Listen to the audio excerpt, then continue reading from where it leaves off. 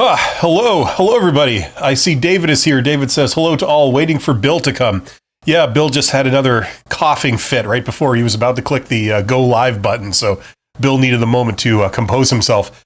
Welcome to How to Get Hired. I am Bill, the company's expert. Thank you for joining me today. This is another holiday episode of How to Get Hired. The title of today's episode is What Not to Say in a Job Interview, and the best thank you note format. So we are going to be talking about both of those, but this is a interactive live stream. This is your first time joining me here for one of these. That means that there is a chat box. So if you see the chat box, get in the chat. Let me know what questions you might have, what you're wondering, what you're struggling with, your reactions to things, and I will be answering questions and paying attention to that. Just a sudden start for me. So thank you for bearing with me. It is the holidays. It is still the holidays. And most people are doing the holiday thing, but there are other people who have much more pressing concerns at this time of year. And that's why I'm here to help people who need a little help if they need to ask some questions and things like this. So we are going to get right to it. First of all, I want to thank all my YouTube channel members. You guys are awesome. Membership has its privileges. All my Patreons, all my super thanks donors, and of course, to you guys. I see there are 17 people here. Thank you for participating. Okay, let's get on with this. So we're going to answer these questions kind of in reverse order. We're going to start with the best thank you note format. This is a little bit of a shorter topic. It doesn't take that much time to do. But this deals with thank you notes after job interviews in particular. So if you have gone to a job interview and you leave the interview, you might be wondering, should I send a thank you note of some kind, whether it's an email or a DM, or it could be a physical note too, I suppose. People are wondering, should you do this? And if you should do it, how you should do it, what should you say? Okay, so that's what we're talking about. Now, let me get some stuff out of the way first. The short answer is yes, if it's a job you care about. Okay, obviously, if you want the job and they didn't turn you off during the interview, and you care about this job, it's a good job, yes, you should send a thank you note. Okay, that's the long and short of it. Okay. Before we get into the details, I would just like to say that depending on your personality type and your worldview, if you are like me, a technical type person or an introvert, if you feel that this process is a little slimy and a little, how can I put it? You're catering to people's egos and you're trying to be ingratiating, and it's just an icky feeling that you're left with. You're not alone.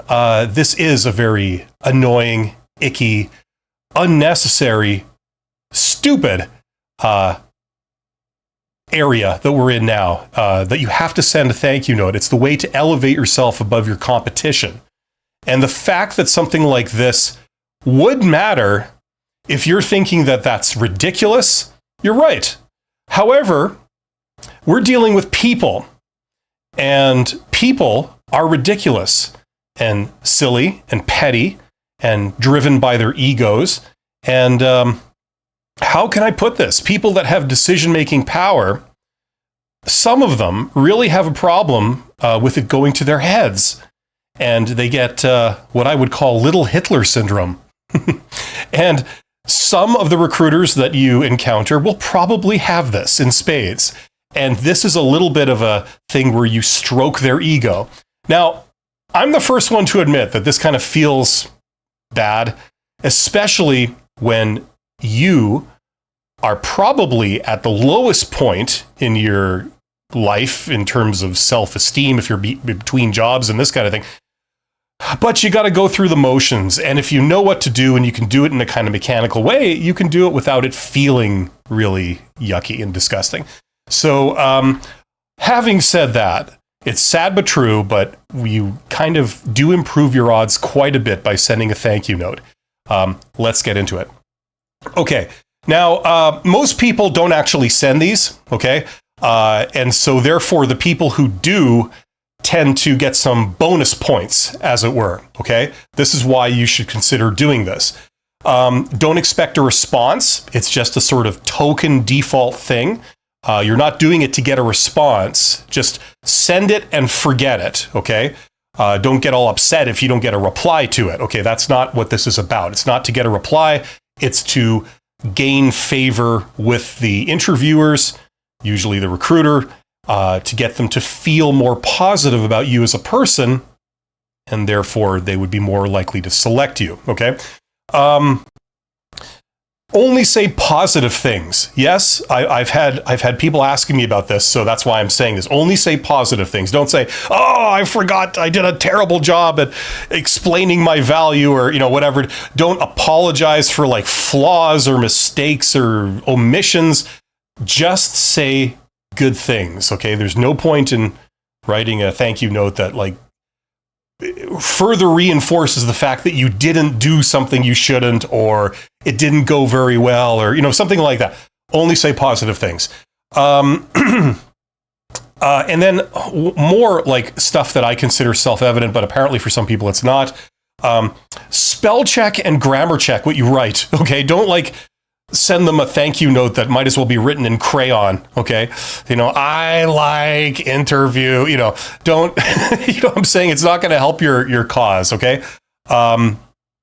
The other thing that kind of goes along with this that's maybe less intuitive is that whether or not you have connected with them on social media or not before this point, if you send them a thank you note and it's over whatever channel, like, email or LinkedIn or, whatever, probably the obvious thing that a lot of recipients will do is they're going to say, who is this person? And they're going to go look up your profile, or they'll do a Google search for you. So if you got a bunch of weird stuff on social networking, a lot of questionable pictures and things like that, now would be the time to clean that stuff up. Okay. If you send them a message over LinkedIn and you haven't connected on LinkedIn with them before the interview, they're probably going to think, who is this person? Which one was this again? And they're going to check your profile. And if you got a picture up there where you're drunk and partying with like a bunch of people, that's probably not going to do you any favors. So I'm just saying this would be a good opportunity to look at that stuff. If you haven't already, hopefully you have. Okay. The thank you note. This does a couple of things. First of all, it signals you care. It signals you specifically care about this job, and that's very important. Especially people like recruiters, this is what they look for, okay? Recruiters are in a position of privilege and power in a way because they have an overabundance of candidates that all want the same job, and they are the deciders. They're the ones that can eliminate you from the process. And because they're starting with a lot of candidates at the beginning, it's a process of elimination for them, okay? And any excuse to eliminate a candidate, usually they will take it, right? So if you don't seem like you were specifically excited about this exact job, they will probably eliminate you for that, right? So when you send a thank you note, it signals that you care specifically about this job, assuming that you haven't made some basic blunders like sending out something that's very, very generic. It looks like you copy-pasted a generic thank you template and it could have gone to anyone, right? That would have the opposite effect. Okay, but the purpose of this is to signal you care. You've got to personalize your thank you note, or don't bother. People need, when they receive this, they need to feel that like it was specifically tailored to them and it's saying something like personal, like particular to them. You're not just saying, thank you for the interview. I enjoyed it very much. I hope to talk to you in the future. You could have sent that to anybody over any interview. They want to see something that's particular to them. If you said, I like the way you offered me coffee as soon as I arrived, that was a very nice touch and it made me feel welcome. That's not a template email that you would send to everybody. That's something that's tailored to your experiences with them, right? You get what I'm saying? So you need to personalize it, get into the habit of thinking like that. It really doesn't take a lot of work, okay? And what I would recommend is that you thank them for something that they did, okay? This is not just generic sort of slimy ingratiation, okay, where you just say something very complimentary that you don't mean. That's not what this is about. Think of something they did for you and then say thank you for it, okay? So if they, like I said, if they offered you coffee when you first arrived, or they were very polite to you when you got in the room or something, or they took the time to introduce themselves, in a very polite and very slow way so that you had time to absorb, all the different people you were talking to or something. Just any little thing that they did. They offered to take your coat. They offered to, like whatever. The way that when you arrived there, they knew exactly who you were, and they were very polite and hospitable. Something like that. Like, think of something that they did that you appreciated, even if it's like a little thing, and tell them that. Say, I really appreciated the fact that you did this. That made me feel welcome, and I got a great positive vibe about our interaction. Something like that. Doesn't take a lot of effort, and it's not ingratiating. You're being genuine. You're just taking the trouble to think of something real that they did and showing your appreciation. Okay? So that's what I'd highly recommend. Okay? What else can we say about this? By the way, send thank you notes within 24 hours. Don't wait like 5 days and then send a thank you email. Kind of loses its power, and it signals some weird things if you wait like a week and then send a thank you email. Send it within 24 hours, okay? So we talked about the point of it. We talked about how you send it, and this could be over email or LinkedIn or anything, DM, whatever, text, I suppose. What would be the format? This would be the format I'd recommend. Saying something like, I'd say about 3 or 4 lines is good. You don't want to write just one line. Thank you for the interview. Bye. You don't want to write a page, right? You don't want to write like a big essay, because people aren't going to read it. But, maybe 2, probably 3 to 4 lines, maybe 5, but that's it. That's all you got to say. And it's pretty generic apart from the one thing that you're showing appreciation for. I would say something like, as I'm about to go into a coughing fit, excuse me. I would say something like, thank you for taking the time to interview with me yesterday for this position. Okay. Or thank you for something I did. Thank you for selecting me to do an interview. I really enjoyed the experience and it was great meeting you. Something like that. Okay. You could start the customized thing where you thank them for something by saying, I appreciated this, or I found it very welcoming when you did this.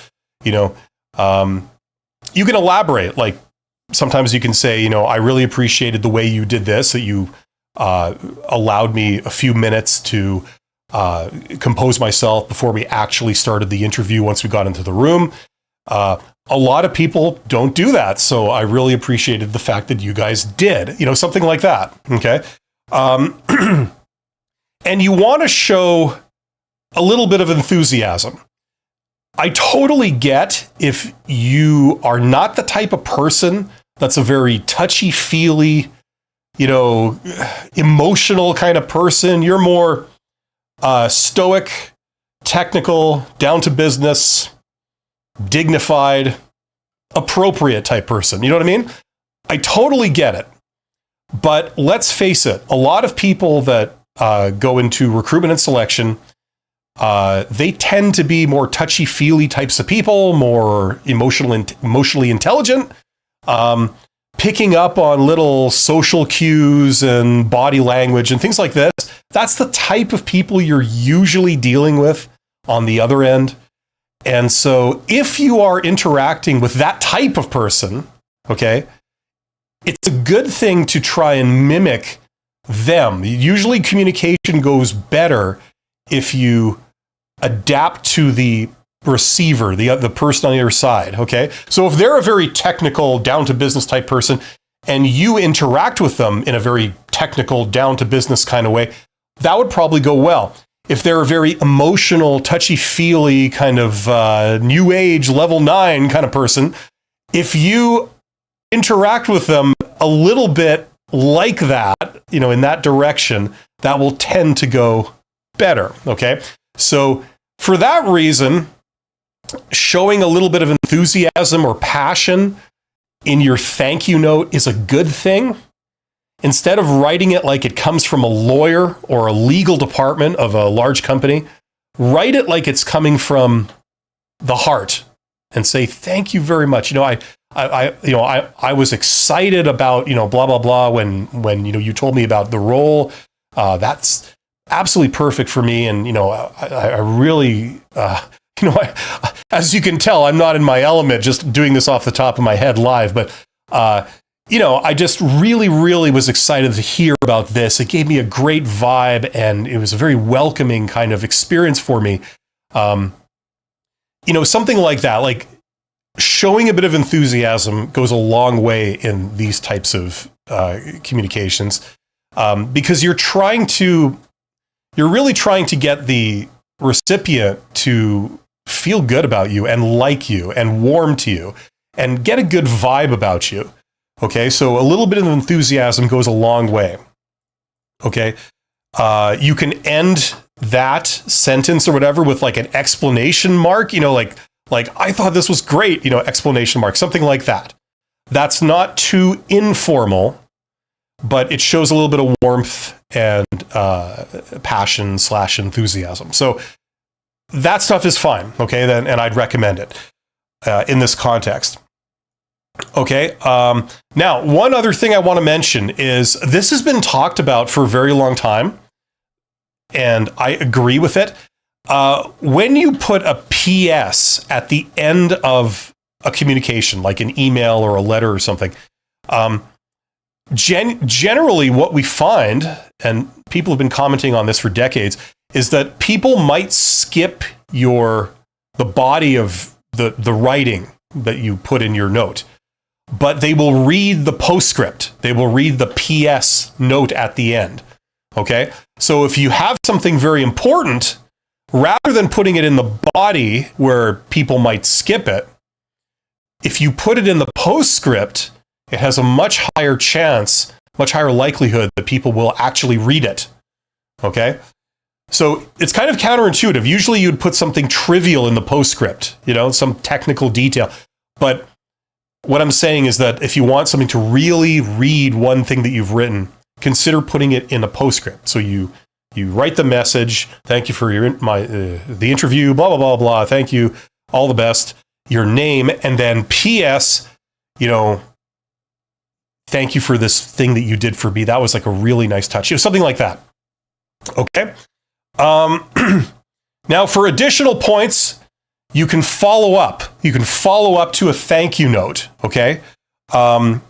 Basically what you're doing is, once again, you're signaling that you care about this job. If you didn't care about this job, if you applied to 1,000 jobs and you took 10 interviews and you were doing them all back to back and you really lost track of which job was what, you're just seeing if there's any bites, you're probably not going to be following up because it's optional, right? Well, if this is an important job to you and you're really wanting this one to work out, you can get some extra points by not only sending the thank you note, but by following up on it a couple of days later, okay? Once again, don't expect great responses. It's just a signal to show that you care. That's really what you're doing. The purpose of doing it is the action itself. It's not necessarily to get a response or a reply, okay? Okay, so that's kind of what I have to say about that. There are 24 people here. If you have any questions, please let me know if you have any questions about thank you notes, thank you emails, that kind of stuff. Yeah, that's what I would say. And beyond that, there's no real like rigid format you must use. These are all just guidelines, okay? People can do it different ways. It's actually kind of good that people do it different ways, and a little bit of variety there. You know what I mean? And you can show a little bit of personality as long as you keep it professional and you've spell checked and grammar checked what you've written, so you're not advertising the fact that like, I can't spell, I don't know what I'm doing. As long as the note isn't communicating that, you're gonna do fine. This is gonna get you a little bit of extra points to show that you care and that you're the type of person that's tuned in to other people's experiences and other people's feelings, which, let's face it, is a good thing when you're working with other people, okay? Especially you technical types and you introverts out there. I'm one of you, and we collectively have a blind spot for this stuff that doesn't do us any favors. We sometimes need to artificially push ourselves to recognize that stuff a little more, and whether or not we feel it's necessary, other people really respond well to it, okay? And we want to get along with people and have them like us, so taking the trouble to do some of this occasionally is definitely a good thing. Okay. Okay, perfect. Anonymous is here. Okay, awesome. It says hi with 2 eyes, right? Is that like saying hi? See, that's a totally different thing. Ryan says, nice one. Well, thank you. It's like, good one. Hopefully that you mean that in a positive way. I say something and someone says, good one. Yeah, it's like, okay. But yeah, if you got any questions, get in the chat, let me know. Let's move on to the main topic of our live stream today, which is what not to say in a job interview. Yeah, I tend to talk about what to say, like what to say, right? But there's a lot of things that you really shouldn't say because they don't do you any favors. They're like instant sort of death, sudden death elimination in this process. David says, AI tools can help a lot for the thank you note, but I think it'd be better to check the tone, not like a machine. Yeah, listen, look, okay, we are in the AI age. Right now, AI is the big thing. And the way this stuff usually goes, at least it always has gone this way in the past, is that people go from dismissing the new thing, in this case AI. People go from dismissing it, that's never going to happen. It's a science fiction thing everyone talks about. They go from that to overemphasizing it, to saying like, this is the solution to everything. This will solve everything. It'll change everything. Now, it's going to change a lot of things. It is genuinely disruptive, and this is a great thing. But once again, it can't do the thinking work for you, okay? So, for example, what I was saying about the thank you email is that it needs to have something specific and personal that is based on an actual thing that occurred when you went to the interview.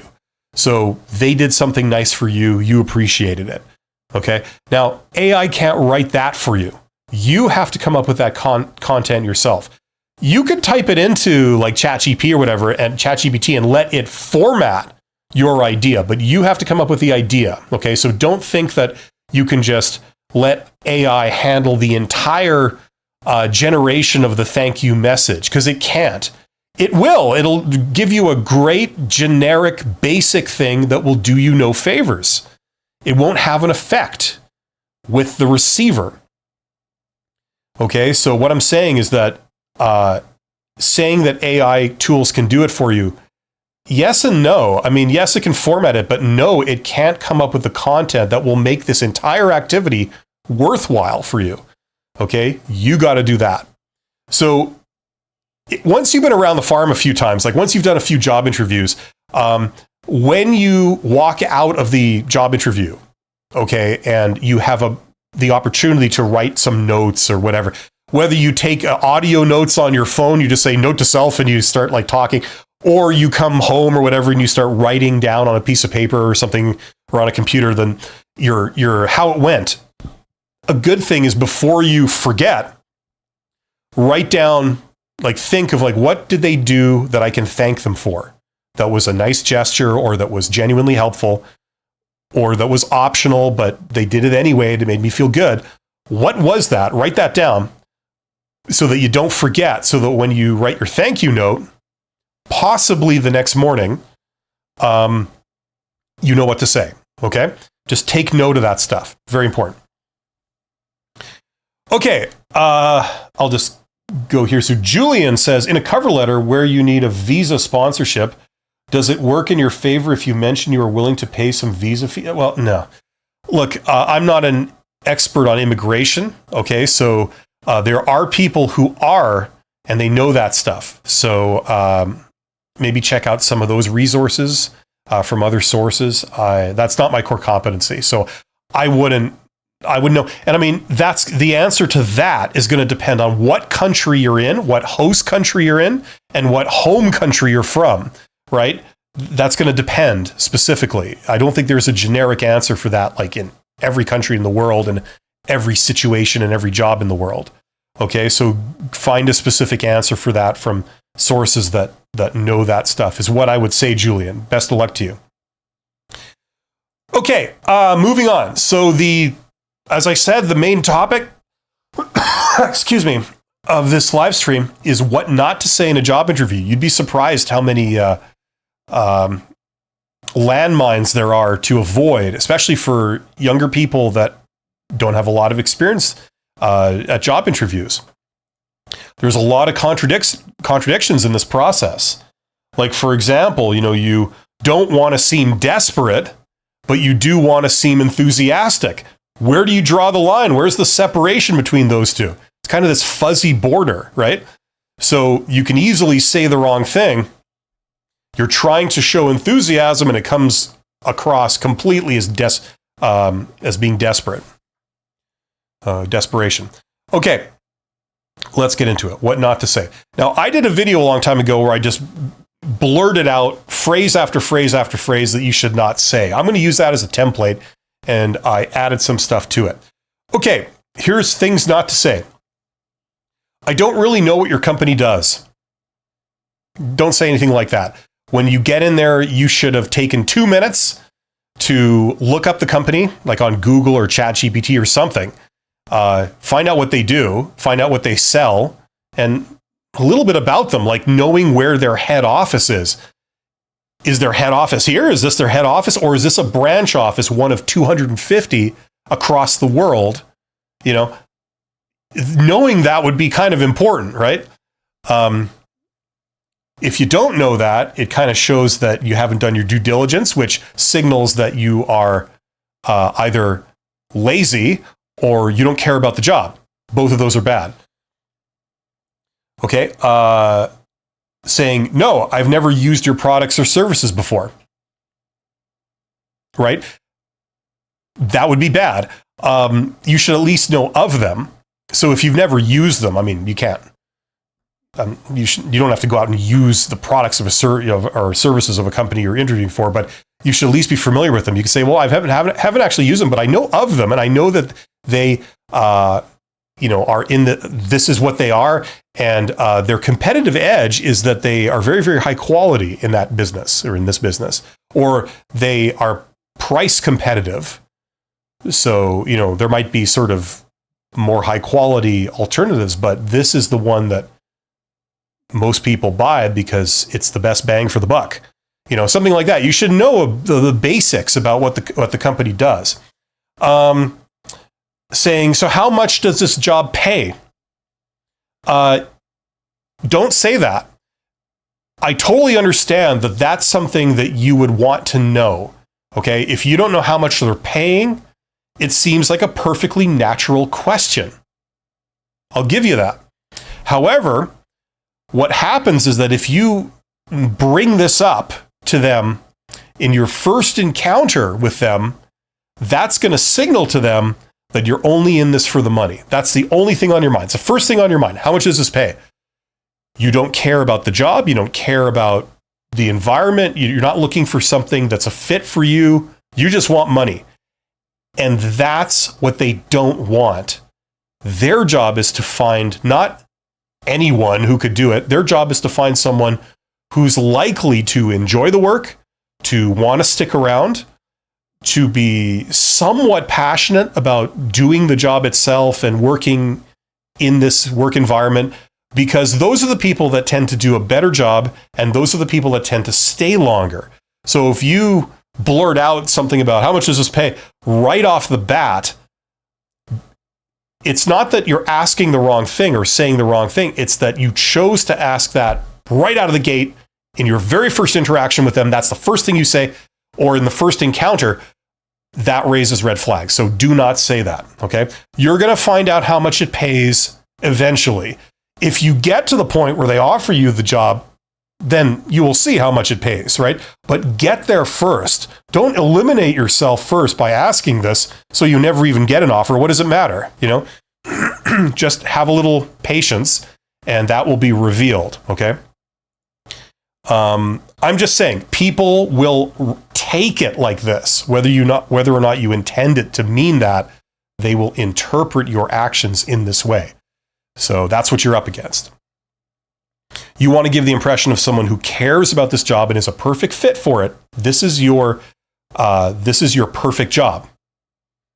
I know it's a tall order. I know it's a bit slimy, but that's the impression you're trying to make.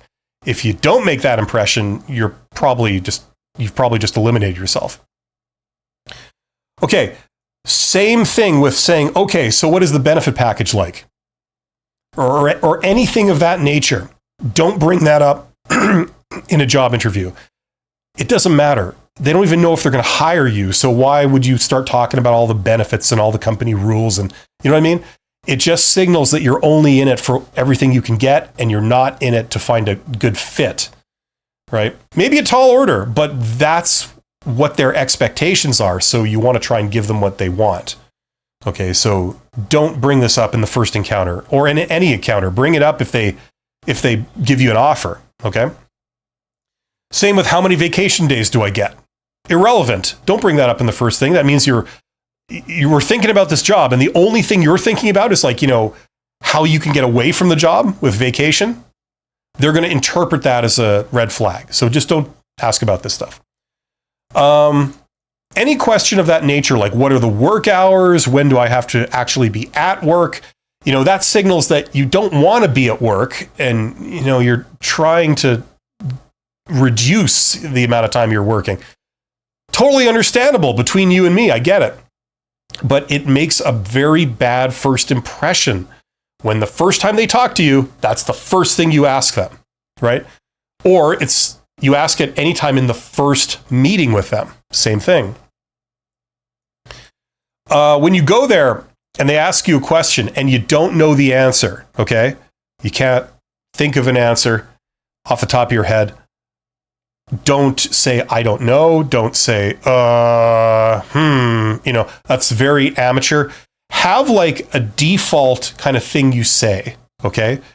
So for example, if they ask you a question where, you know, tell me about a time where you did this under these very specific circumstances and it led to this result.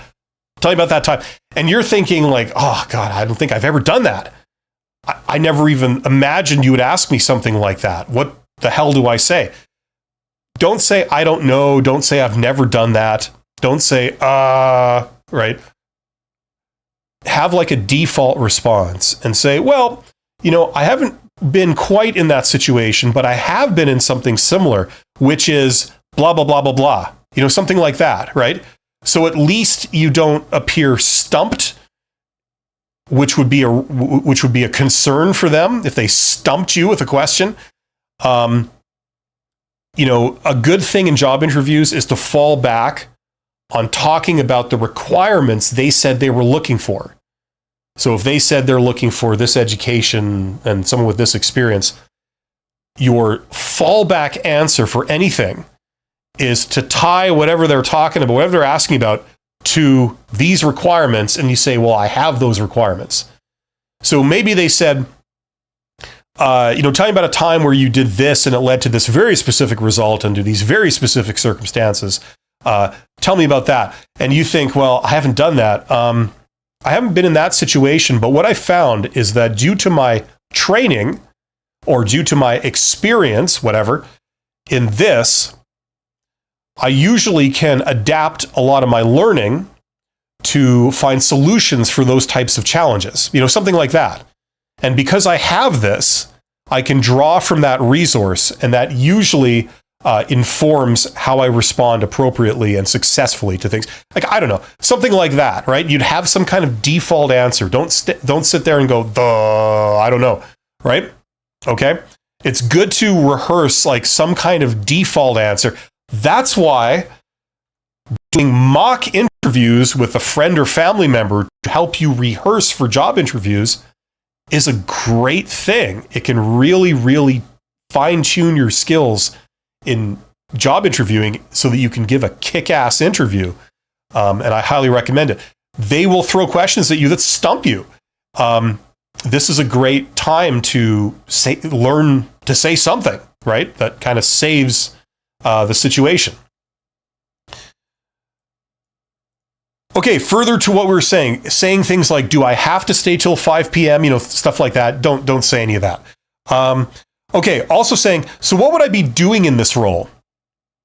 Don't say that. Once again, that signals that you haven't researched the job or the job duties before you got here, right? That should be part of your due diligence.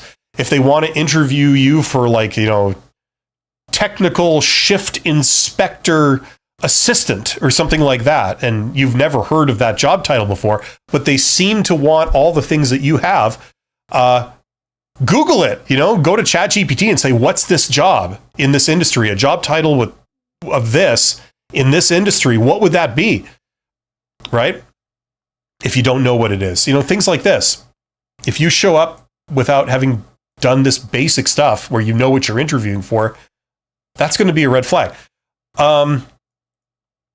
Okay, giving these blanket statements like, I have no weaknesses, I can do anything, I have no faults, I've never made a mistake. Obviously, those are out, okay? Recruiters, some of them are really good. Others might not be the sharpest tool in the shed, but they're not that stupid that they will believe you when you say, I have no faults, or, I can do anything that you throw at me. Like, these silly statements that are too good to be true, right? So don't say stuff like that. I can do anything. I have no faults. I've never made a mistake. Okay. Anything like that. There's a fine line between confidence and arrogance. And when you say stuff like this, you're crossing over that boundary into arrogance, okay, or unbelievability, because it's too good to be true. Nobody's perfect. Everybody's got some skeletons in their closets, some faults in their past, some flaws. They know this. You know this. Don't try and pull the wool over their eyes in this basic childish way. They will not respond very well to it. Okay. Remember this simple rule. Don't say anything negative, period. Remember this. Don't say anything negative. Not about yourself, not about anyone else. Even when prompted, they'll say, who was the worst boss you ever had and why? Or they'll say, what did you like the least about your last boss? Go. Right? They'll really bait you with this one to get you to say bad things about either yourself or someone else. If it's about yourself, the king of those questions are, what's your greatest weakness? Right? You see, they're trying to get you to say negative things, right? Remember this. As soon as you start saying negative things about anyone or anything, you've lost the interview. Okay, that's pretty much how it goes. Okay? So, saying things like, oh, my last boss, they were a jerk, or, they were nice, but, they really weren't good at managing people, something like anything like that, you're losing, okay? Hopefully it's not critical, right? But you're on very dangerous ground. A lot of times they will eliminate you outright when you start doing that.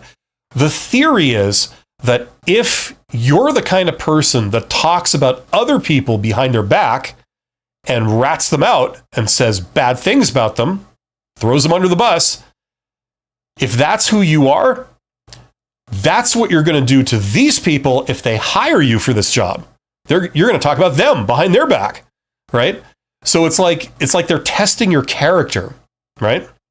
And it's just not protocol to throw people under the bus. Even if you feel you can kind of bond over it, commiserate over it, come on, haven't we all had a boss that does this? You know what I'm talking about. Let's be honest here. We've all had, no, don't do it. Okay. Sometimes they will bait you. And I know this. I used to teach recruiters. Sometimes they will bait you specifically by probing for this stuff just to see if you're going to fall for it and deliver. Okay. So the big question is, if they say, tell me about, your last boss, what was the thing you liked about them the least? Go. And you would say something like, well, to be honest with you, I actually didn't have much of a problem with them. We had differences of opinion occasionally, like everyone does, but there wasn't really any overarching issue I had with them on the whole. So, it was mostly positive. And we got along and we worked very well together, especially in this situation, blah, blah, blah. You start talking about how awesome you are and how you work together well with people. And that's how you answer the question. You don't give them any negative stuff. Okay? Don't start talking about how they're a jackass and a dirtbag and, all that kind of stuff. What's your favorite kind of insult? I like dirtbag. A couple of dirtbags over there told me this. People when they throw these terms around very casually in their conversation, I think it's hilarious. But anyway.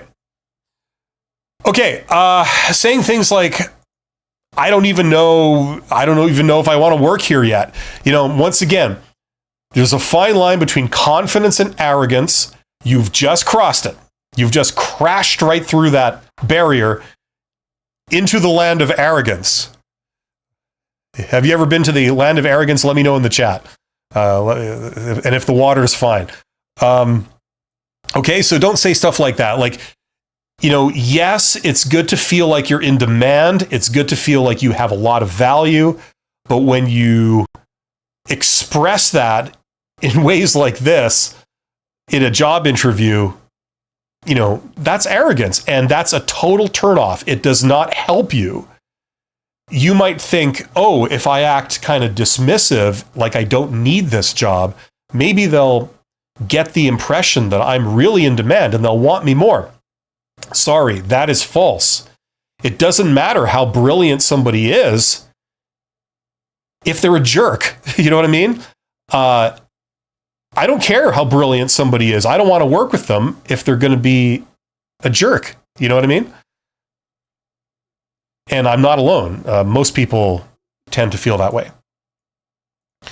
Okay. Now, appearing too desperate is bad. So saying like, I really need this job. There's a fine line between saying, I want this job in an inspirational kind of way and saying like, listen, I want this job. This is a tremendous opportunity. That's okay. But when you say it in a very desperate way, like, look, like I need this job. I need this, that's not good. It's almost assured that will get you eliminated on the spot. So don't show desperation, even if you're desperate. I get it. You might be between jobs, you might need money, whatever, but don't show that. I know it's very, very hard. A little piece of you dies every time you do this. Trust me, I understand. But you also got to understand that if you show any of that, because you're making a first impression, it will not serve you. Okay? If the first time you meet someone, they come up to you and they say like, I really need this, that does not make a good first impression. You can do that later on if you know the person, you know that they're awesome, and you know they're your friend and blah, blah, blah, and they say like, I really need this. It's okay then, but not when you're making a first impression. Okay? Sometimes there is a temptation to point out flaws in a company. You go down there and maybe you're an efficiency expert. You go down there and say, and you say something to the effect of, how you guys do things here, I can see is quite inefficient, or, it's quite backwards, or, it's behind the times. don't say that, even if it's true. And it will be true, but don't point it out, okay? Once again, you're making a first impression. Once they get to know you and they work with you on a regular basis, then you can point stuff like that out for the purposes of like, I'm going to fix it, right? But when they're first meeting you and that's like the first thing out of your mouth, it does not go well. It's not positive. It eliminates you, okay? They get the impression that you're a very pessimistic, judgmental person who is very gruff and blunt to the point of rudeness and inappropriateness. That's the impression you're making when you say stuff like that. Once again, saying something like, you're never going to find someone as good as me. Even if you say it with a big smile on your face, right? You know, you're never going to find someone as good as me. But it's true. It's not going to work. Okay, it'll come across as arrogant, and that will be bad. Okay, so don't do it. Listen, if you don't know already, etiquette is very important. Etiquette is like kind of like manners. It's like what people are expected to do in a certain situation. And the reason they're expected to do it is because it makes other people feel better. So, for example, saying please and thank you. That's the most basic part of etiquette. You know, when you ask for something, you say, please, you know, could I please have that? Right? Instead of give that to me. Right? Now, why do you use manners? You use manners so that the other person responds more favorably to you. Right? That's etiquette. Now, there's etiquette in this situation, in a job interview. Okay? And if you go down there and they introduce themselves, they say, hi, my name is John, and I'm the recruiter, you know, something like that. And then 5 minutes later, you've forgotten their name and you've forgotten what they do. That can be perceived as rudeness, okay? The polite thing to do, etiquette dictates that when someone introduces yourself, what we try and do is we try and remember that. I know it's hard sometimes. You get introduced to 6 people at once. This is John, this is Jeff, this is Fred, this is Jane, this is Edna. You know, all these modern names that I'm using. And then they go into your head and they go poof, like that. And then you don't remember anybody's name like, 2 minutes later. I get it. I get that badly myself. But it is a sign of respect to remember people's names, use their name to show that you remember what their name is. So you say, John, what do you think of this or something, right? And you throw in their name. People respond very well to their name, and you get points. They like you. You're using their name. They think, this person considers me important enough that they memorize my name and they retain that, right?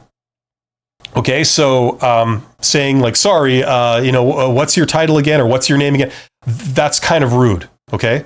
People might be polite when they respond, but they don't like that, okay? So really try to remember. As I've said many times, what can really help is if they give you business cards when you get into a job interview, put the business cards on the table. Like if there's 3 people and they've all introduced themselves and they've all given you a business card, put the 3 cards on the table in front of you.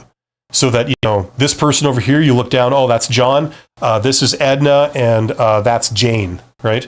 And it also says their titles, so you remember who you're talking to. This person's an accountant, this person makes the tea, and this person owns the company, right? It'd be pretty important to know that when you're talking to them, right?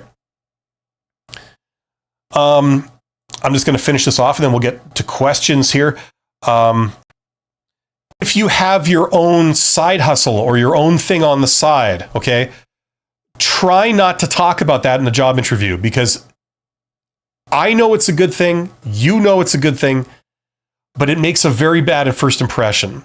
They think that, you're the type of person that's going to be loyal to this other thing if we hire you and not to us. That's the only impression it makes. So don't bring it up. Don't say, I'm still going to keep working on my own thing or anything like that. Okay, that's the kiss of death.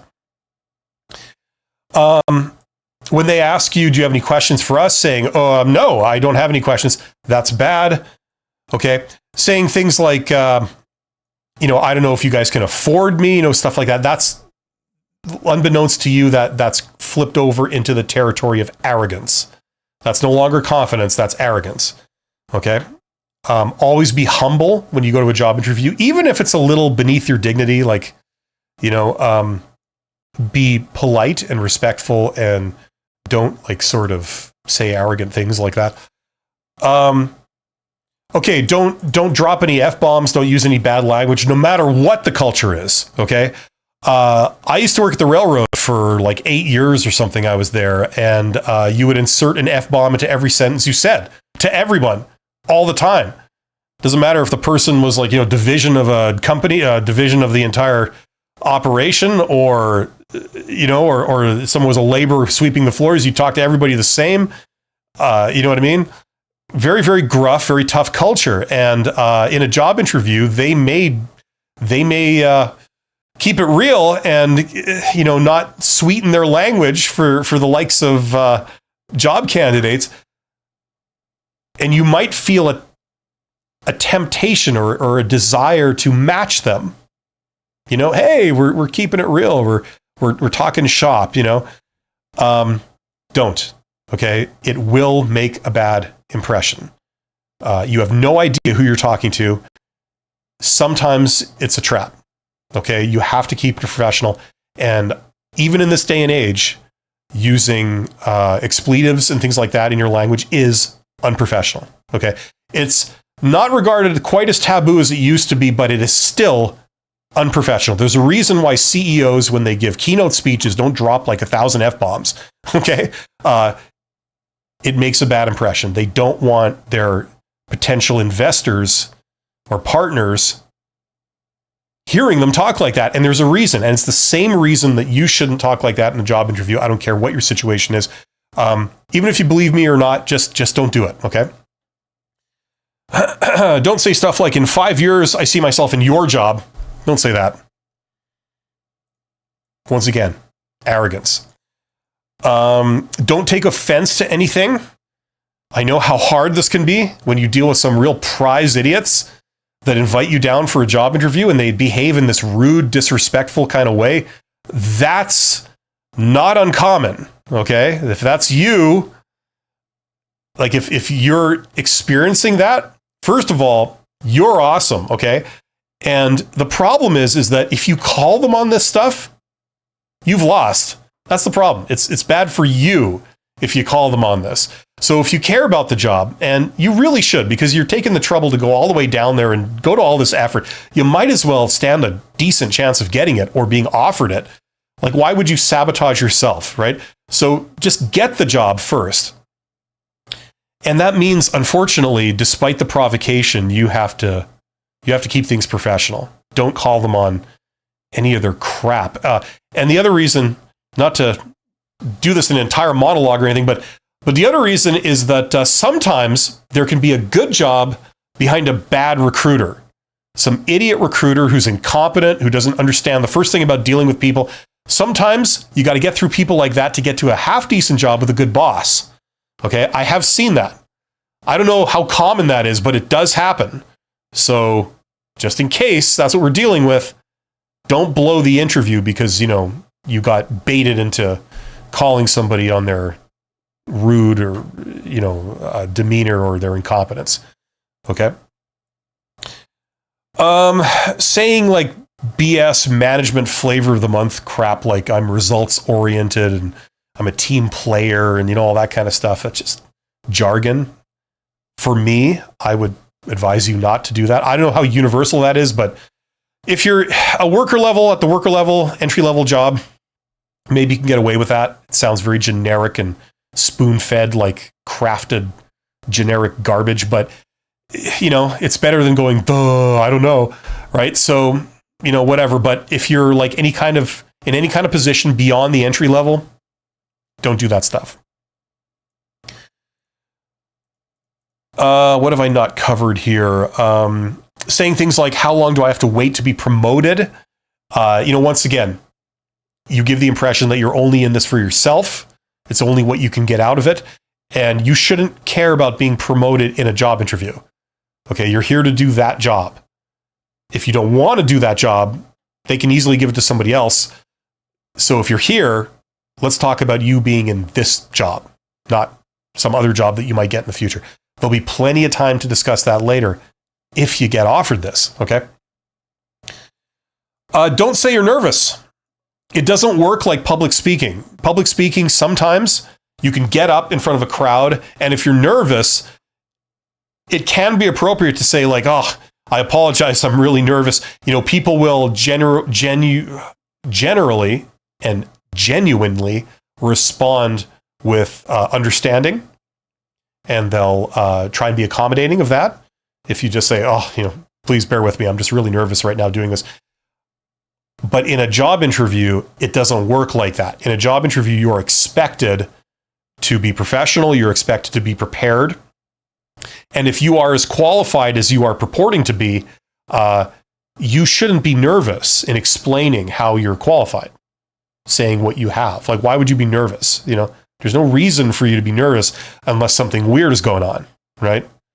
So saying, oh, I'm really nervous right now in a job interview, that's probably not going to get you a favorable reaction. I mean, they might be polite to you, but they will probably eliminate you from the running, right? So don't say that. Just do preparation.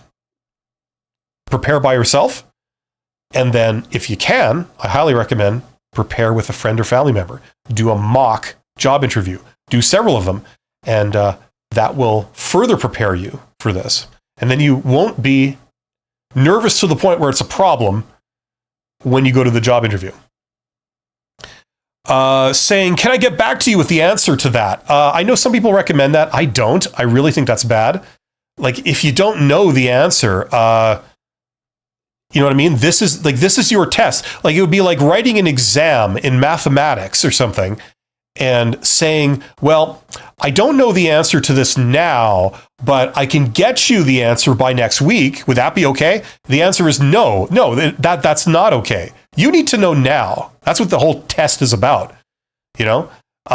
So don't answer like that. Instead, have a default response to any kind of question you don't specifically have like a tailored answer to. And like I said earlier, that would usually involve falling back on saying the requirements that they asked for, like education, experience, and skills that you have. You talk about that. Well, I don't have that specifically, but I do have this, which is very closely related to it. And that's really helped me to solve similar problems and blah, blah, blah, blah, blah, right? Have a default answer. Don't just say, I don't know, but I can get back to you. Yeah, don't say negative things like, I hate my current job, all my coworkers suck. We already talked about that. When they ask you, are you applying for other jobs? The opinion is divided on how you should respond to this. I recommend that, first of all, you don't tell them. You're under no obligation to tell these people. What you are doing with somebody else is none of their business. You understand? If I demand to know what plans you have with your best friend this weekend, are you obligated to tell me that? No, you're not. You can if you want, but the fact that I would demand that you tell me that is very presumptuous and rude on my part. I'm not entitled to that. You can do whatever you want with your friend. It's none of my business. And I should know this. And if I'm asking anyway, I'm either rude or I'm trying to kind of do something nefarious. I'm trying to put pressure on you to give me information that I'm not entitled to. That's not what friends do. So it comes across weird. So when they say, you know, are you applying for other jobs? Don't say something, in my opinion, don't say something like, you know, of course I'm applying for other jobs. I got several opportunities lined up. You might think that that makes you more desirable because you're giving evidence that you're in demand. That has a certain logic, but there's a difference between having a certain logic and being correct. Often that will not give a good first impression. The recruiter will be left with the impression, oh, you're already kind of spoken for. You know, and if we want you, we'd have to really scramble to make you an offer quickly. It would have to be a very, very good offer indeed to, you know, to trump all these other offers you're getting. You might be more trouble than it's worth. Right? So that can really backfire. So I wouldn't reveal that you're entertaining all kinds of offers, and then talk all about them. Okay. Okay, don't say that's on my resume, right? A lot of things you're going to be saying in the interview are on your resume. Your resume is the official document of your career. So yes, it's logical that they're going to ask you questions that the answer is on your resume. But don't come across as annoyed or just say, like, I shouldn't have to explain that. I mean, hello, didn't you not read my resume? Don't say anything like that. Just say it again, okay? Yeah, you are technically correct, and then you lose, okay? So remember that. And if they greet you very warmly at the end, they say, thank you very much for coming in today. It was a pleasure meeting you. I really enjoyed our interaction today, and we will be in touch. Don't say something like, oh, okay, bye. Match their cordiality and their manners and say something, well, thank you for having me. I really enjoyed meeting all of you, and I actually had a good time here. And, I look forward to hearing from you in the future. Thank you very much. Like giving them good vibes. That goes a long way. Okay, so that's the end of my long-winded sort of thing. I got this big laundry list of all these things I'd written down. That's what I have to say about that. Okay, let's get in the chat here. We got a lot of people that are chiming in with things. Let's see here. Vegas Strong says, thank you. I have planned when government position becomes available and have to speak before a panel of surgical services. Okay, great. Good luck with that. David says, how about answering to a technical question that you don't know? Should you also not say, I don't know? Well, okay, listen. You should always be able to say something correct. Like, for example, if they say, how tall is the Eiffel Tower? Now, I don't know the answer to that. But would I say, oh, I don't know? Would that be my answer? No, I would say, well, I'm not sure of the exact height measurement, but it would be quite easy to find out. What I would do is I would go to Google and I would enter that in, and within 30 seconds, if I had access to that right now, I could give you an exact answer. Or you could say something that would be even better, which they will ask a type of question sometimes, especially in technical interviews, called an estimation question. And they're going to ask you some outlandish technical question, which really isn't a technical question. It'll say, like, how many golf balls can you fit inside the average bathroom or something like that. Like some question where the answer is like a number or something, and you won't know, you won't have it memorized because it's so exotic. This is a known question. It is infantile, it is childish, but the logic that recruiters apply here is they're just trying to probe to see if you would understand, if you can do the process of rough estimation. So you'd say, okay, well, let's see. Okay, the average bathroom would be, say, 10 feet by 8 feet by 8 feet. So 64 times 10, so 640 square feet. Now in one, or cubic feet. Now in 1 cubic foot, I could get approximately 150 golf balls, I'm estimating. That seems about right. So it would be 150 times 640. That's how many golf balls I could get into the average size bathroom. Something like that. And the recruiter goes, oh, okay. You understand how to the process of rough estimation. So we just were probing for that. Now, anyone who has any kind of technical skills, you know that this is ridiculous because that's so basic, right? Even if your answer is way off, they're not looking for an accurate answer. They're just looking to see if you would understand the general principle of how to get an answer, right? It's stupid, but people ask stuff like this. So if you don't know the answer, you would give them something. You would say, here's how you would find out, or I can try and give you a rough estimate. It would be somewhere along the lines of this. So you can always say something other than, I don't know, right? Which makes a much better impression. You give the impression that you're knowledgeable, that you can handle these kind of challenges. if you were on the job and you had a challenge like this, you'd be able to solve it quite easily, right? So you can say so many other things other than I don't know. So don't say I don't know, even if it's a technical question. There's a lot of things you can say.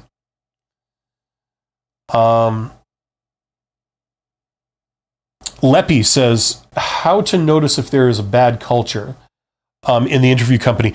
There's some obvious things, like just by interacting with these people, you'll get a taste of the culture. Like if they're gruff and rude or their communication skills are terrible, you will get a taste of that, okay? Like just by interacting with the recruiter. Beyond that, there's really no way to know exactly how that organization operates until you're actually inside it. There are certain things you just can't find out. I did a video a long time ago, a couple of years ago. I can't remember the title, but it was to the effect of how to tell a bad company by external signs. So like literally external signs. If you're standing outside of the company on the curb and you see the building and you see the parking lot and you see, the cars and, there's a few red flags that suggest a certain style of thinking that can be bad. So I've done a video on that. Check that out. Sorry, I don't remember the title, but do a search, The Company's Expert. There's quite a few of those. So you can do that. That can be a help. But there's really no way to know until you're actually working there. That's the bottom line. Harvey Specter says, never say the truth, fake till you make it. Yeah, those are kind of cliches. Like fake it till you make it. That's a cliche. Does that mean you're not qualified for the job? I'm going to rake you over the coals here, Harvey, maybe unfairly, but I'm just saying, I don't like these sort of like little quotes and cliches. There's a number of reasons for that, but fake it till you make it. I mean, are you not qualified for the job? Of course you're qualified for the job. If you're qualified for the job, how is it faking it? Are manners faking it? Like if you just want to behave like a brute, you don't want to have to say please and thank you. That's keeping it real. So the fact that you would say, please, can I have this? Does that constitute as faking it? You see, it depends where you draw the line. You're not actually faking it. You're just tuning in to manners and etiquette, things that make people feel more positive about you. And the irony is that you yourself are subject to these. People who don't do the stuff with you are a turn off to you. And people who do it to you, you tend to like. So these rules apply to everyone. Some people are just not tuned into it. Some people are tuned into it a little too much, right? For many years, I was not tuned into this stuff. And it didn't help working at places like the railroad, I can tell you. But this is the rules of being alive and interacting with other humans. They tend to follow these rules when they don't know you. So it's not faking it. It's just tuning in to some higher principles that the sooner you learn these, the better things will happen for you. You'll go a lot further. How do you say this? Rightus says, Bill, you are great. Thank you for your wisdom. Well, thank you very much, Rightus. And as a special treat, I'm sure I'm just bastardizing your name. No, that's very kind of you to say and very gracious. George Gibbs says, yes, interview at a minimum is practice. Yes. And like anything else, practice makes perfect. The more of these interviews you do, the better you get. It can be very frustrating not getting feedback from these people if it didn't go successfully. But the more you do, the better you'll tune in to how to do a good interview. And as I say, practice interviews at home, like mock interviews with other people. They're probably the single best thing you can do to prepare yourself to do job interviews. And if they feel weird and uncomfortable, that's good, because you're simulating what a real interview is going to feel like. You're not in your comfort zone. You're out of your comfort zone. You're on somebody else's turf. You got like there could be, it could be a one-on-one thing. You're talking to one other person, or there could be like 4 people sitting across the table from you, which makes you more nervous and you're more uncertain about who these people are and what's going on and why they're here, right? You're not comfortable. But the more you get used to performing and saying the right things when you're not comfortable, the better you'll be when you go to an actual interview and you're not 100% comfortable and you just nail it, you know? So yeah. Someone says, thanks so much for your interview guides. I have a question. If they give you a problem to solve in the interview, but you are not able to solve it properly, how to ask them to give another question? Well, I don't know. It's going to depend on the situation.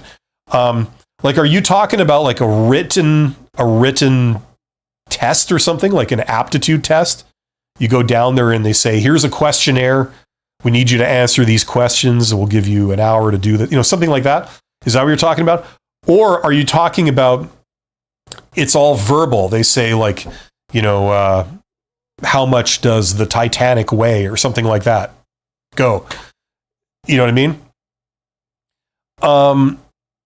I know for some technical type stuff, like developers and people who write code, it's this magical combination of a technical area, but also it's so fast moving that the education doesn't quite keep up with the latest sort of technical skills, right? So for that area in particular,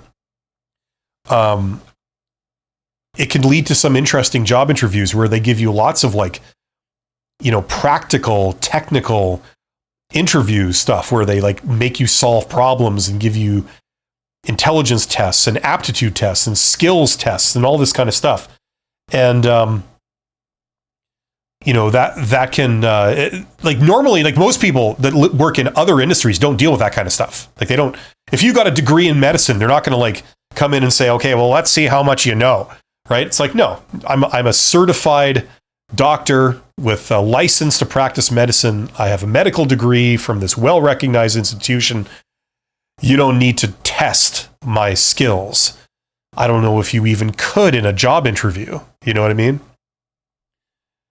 So it depends on the context. Now, all things being equal, if I had to give you an answer, I would say, well, just ask. We'll say like, well, you know, okay, you've got this question here. That's going to take me a long time to do. Do you have can I substitute this question? Is that possible? Do you have another question you could substitute for this one? I don't know, something like that. Possibly. Popcross says, company's expert. Then how do you respond to the question, are you interviewing for a job elsewhere? Well, then you say, here's what you do. You're just very delightfully vague. And you say like, well, I'm pursuing opportunities. I'm primarily hoping that this opportunity will work out for me. But I'm, you know, pursuing others as they come along. There we go. You know, something like that. And then you just wait for them to move on. They can ask you anything, but you need to learn how to say no to a question. If they say, how do you respond to somebody saying, well, what is your credit card number? Right? What if they ask you that in a job interview? Not that they need your credit card number, but like it could be a test.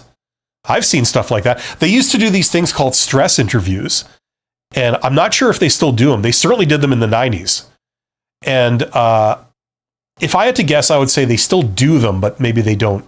They kind of keep them on the down low, you know, for certain jobs that, you know, like, for example, if you're in customer service and this organization gets a lot of angry customers and you need to be able to handle that and be okay dealing with that, they might give you a stress interview. Let's see how you perform under a little bit of stress, right?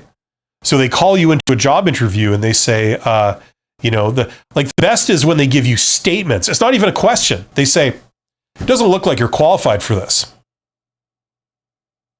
You know, no question. They just say that right to your face. And then there's this awkward silence. And then they're expecting you to respond. And some people will say, like, they'll go to pieces, or some people will like look all nervous and not know what to say. And other people will say, okay, well, that's fair. I can certainly understand how you might get that impression. But you see, here's the thing. When you break down a lot of the requirements that you guys listed in the job, it turns out that I actually meet all of those, and I'd be happy to take you through them. Is that something you'd like me to do? Something like this, right? Just having the ability to sort of respond, not only by saying the right thing, but by handling the situation well. So you don't get angry, you don't burst into tears, you don't like amplify this weird, awkward moment, right? But you diffuse it, you might even laugh it off and say, you would not believe how many times that I get that from people when they're just first meeting me. It's interesting to contrast that between how they feel about me after they've taken a little bit of time to get to know me, because it's like a complete 180-degree reversal when they realize the amount of value I can bring and how I can solve pretty much almost all of their problems, So, absolutely, let's go down this journey together. You know what I mean? Like, just being able to handle these kind of situations, right? So when they ask you these pointed questions, like, are you interviewing for a job somewhere else, right? And they might even do it like that, where they're like kind of almost offended and, kind of not very welcoming. It's this kind of like thing with attitude. Sometimes they do that intentionally to see how you respond to it, right? So you got to be able to, not give them something that you don't want to give them, but yet diffuse the situation and, have this kind of, this interaction flow easily, Vegas Strong says, please help me with feedback when they ask me, do I have any questions when they've covered everything? And my response, generally, no, I have no questions. Well, I've done videos on that, and I think, was it the last video I did, or the second last video I did, is I addressed that exact thing. Don't ever say, I don't have any questions, okay? That's the wrong answer, okay? At the end of the job interview, when they say, do you have any questions for us? Like right before the interview is over. Okay, that's a question, just like every other job interview question. And just as you can bomb any question, you can bomb that one. And how you bomb it is by saying, nope, no questions. You covered it all. Or by asking something ridiculous, so tell me, do you have any questions? Yeah, just one. Have you always been this fat? I've been wondering that for a while. You know what I mean? You can bomb that question just like any other. This is how you bomb it. You always ask questions, right? And I can guarantee you that they will have not covered all the stuff that you could easily ask, okay? So, for example, you could say, have you seen anything in any other candidate that you haven't yet seen in me that I could perhaps speak to? Right? That's a great thing to ask. I can guarantee you they haven't said that to you or told you that. What about saying something to the effect of, if I were in this position, what would be your expectations of me in the first 30 days, the first 60 days, and the first 90 days? Right? They don't usually cover that in a job interview. Or, questions of that nature. Like, if I was in this role, what would be your biggest piece of advice to me to really excel in this role? Something like that. You can always ask stuff, and you can ask great stuff that signals that you know what you're doing, you're on the ball, and you're passionate about doing this job. Okay, does that make sense? Watch my videos that I've done on that question for a more coherent, detailed answer. But that should get you started. Miguel says, how to answer the following interview questions. Tell me about a time when you made a mistake and how you handled it. Okay, that is the behavioral version of what is your weakness, right? Tell me about a time you failed. right? Tell me about a time you made a horrible mistake. Tell me about a time that, you made a mistake so big that everyone was just flabbergasted, right? Have you ever been flabbergasted? It helps if you're fat. That's the same question, right? Okay. Now, the trick with that question, like this is going to turn into another long answer, but the trick with that question is you can't say, I've never made a mistake. I don't make mistakes. Nothing comes to mind, because nobody believes you, right? Everybody's made mistakes, so you can't get out of it like that. You can't say a mistake that's actually not a mistake. Oh, I made one mistake. I was just too good at doing something, and the person got upset because, it just took all the suspense out of things. You can't say stuff like that. So you have to give them something. So the key is to give them something that's completely understandable. And the thing that's always completely understandable is saying something that is a side effect of something that's awesome. Okay? That's how you answer the weakness question. Okay? So if you can say something like that, you see, the thing is, this is a behavioral question, so you're going to be pulling out a personal story, right? I'd have to explain now how to answer behavioral questions. Behavioral questions, it's not possible to memorize a custom answer to every possible behavioral question they could ask you. It's just impossible. Go to ChatGPT and say, what behavioral questions could they ask me for this job, this role? Enter in a role of your choosing. And then it'll give you like 20, and then you say more, and they'll give you 10 more, and then you say more, they'll give you 10 more, and then you say, give me 100 more, and it will give you 100 more. There's no way to, memorize answers to every possible behavioral question. So the way you answer those in a job interview is you pick 10 stories, and you rehearse them, and you practice saying them in the STAR format. Look up what that is if you don't know. And you have them on the forefront of your mind, on the tip of your mind, right? People hate when I say that. It's tip of your tongue or the forefront of your mind. I say the tip of your mind as a joke. A lot of humorless people don't pick up on that. But anyway, so you have these 10 stories. Some of them will be your greatest successes. Some of them will be your greatest failures, like in your career. And what you're going to do is any behavioral question they could possibly ask you, you're going to pull out as an answer one of these 10 stories, the one that most closely fits it. And you're going to tell that answer, and you're going to tweak it slightly to conform to the specific question they asked you. Okay? So maybe there was a time earlier in your career you made a mistake, this turned out, but you learned something really, really useful from it. Or it's a side effect of something that, yes, this was technically something we didn't plan for, but we accomplished this, so it turned out really well, actually, and you're telling a success story. Ash says, are we expected to take any documents or any file along with us for an in-person interview? Here's what I'd recommend. I think I put this in a video at some point. There's several things you're going to want to take, and you're going to want to take them in hard copy. That means on paper, you print them out.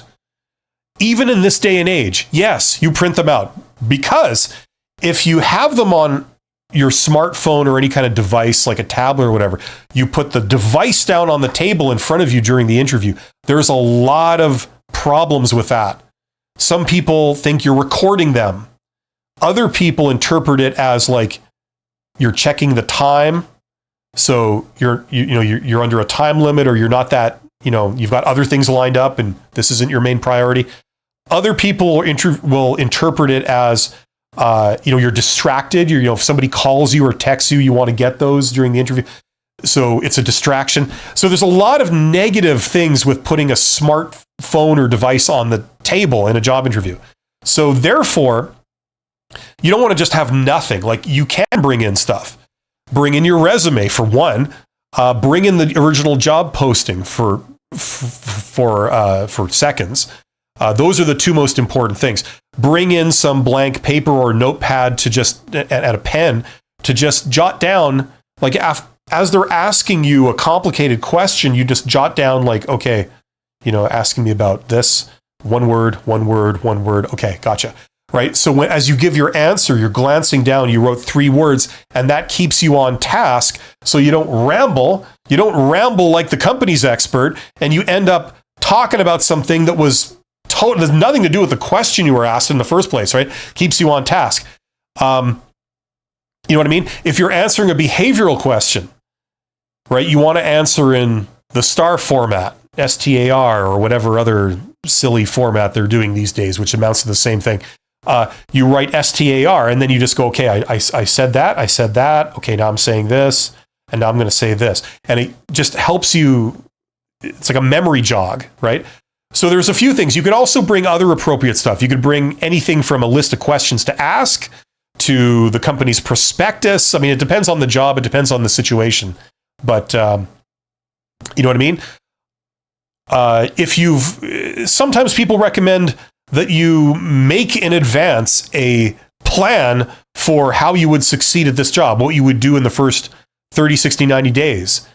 Some people recommend that you create that in advance, and then when you go to the interview, you hand it to them and say, like, here's what, I would do if I were in this job. That would be my action plan.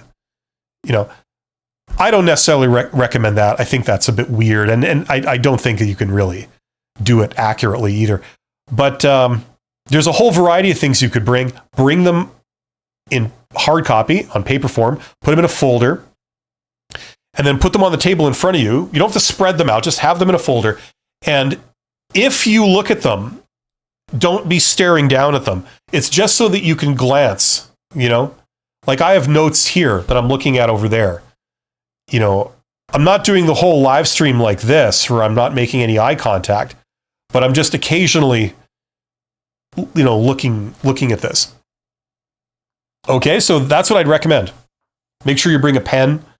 And I've found that like a pad of Post-it notes, like the full-size Post-it notes, something like this, for me, that's what I like. I have that and a pen. So when I go to a meeting, I have that kind of with me. And then as they're talking or as whatever, I'd write down a couple of words. Okay. Sometimes when they ask you these like big, long, multi-part questions, you kind of need to do that, right?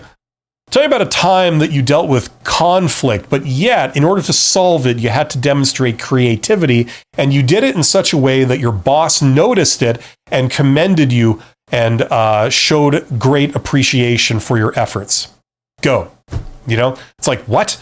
It helps if you wrote, okay, creativity, showed appreciation, or creativity, appreciation, whatever it was, right? Helps. So then you turn around and you say, well, there's this. Bam, there you go. And then you look like a hero. Vegas Strong says, thank you. You're welcome, Vegas Strong. I love effective communication. Well, good. And then you got all kinds of emojis, like, this, the whole, right? That kind of stuff. Big American flag flying. I'm not American, so that doesn't do too much for me, but yeah, big happy face with the brilliant teeth, like that, that kind of stuff. That's how I feel inside. But I appreciate it. You guys are awesome. Thank you for saying such nice things. Hopefully you're getting something out of this. There's 24 of you guys here. It's Friday, and it's the holiday week, and it's almost the end of the year. Hopefully you had an okay 2024. If you're doing job search, you're probably not 100% ecstatic right now, but I got news for you. This condition of looking for a job is temporary. It will work out okay, and you will get something. It doesn't feel like it when you're in this place in the moment, but it will feel better soon, okay? Like I said, on Christmas Day, I did a live stream on Christmas Day. Life is kind of like this. It gives you peaks and valleys, and if you're right here in one of the valleys right now, just remember it's going to go like this. It might not feel like it right now. It might take a little bit of time, a couple of weeks, whatever, maybe even a couple of months, but it's going to happen and you're going to be fine. Okay. Vegas Strong says, I wish you would come to Vegas and do in-service or seminars. Hey, I've done public speaking ironically, I don't actually do public speaking about job search. I do public speaking about how to grow companies and things, and some management trends and that kind of thing. So I haven't been to Vegas for that kind of thing. Maybe in the future I'll end up talking about job search. I've talked about this stuff for years. It's a lot more popular than growing companies. That's like a more niche kind of thing, or as Americans say, niche. But thank you for the compliment. Yeah. There you go. That's the end of my stream for today. Thank you for joining me. You guys are awesome. I wish you all the best. And I'm not sure what's Monday. Is Monday still? Yeah. So Monday is the 30th, and then Wednesday's New Year's Day. So I will be back on Monday, on December 30th, with my usual weekly live streams.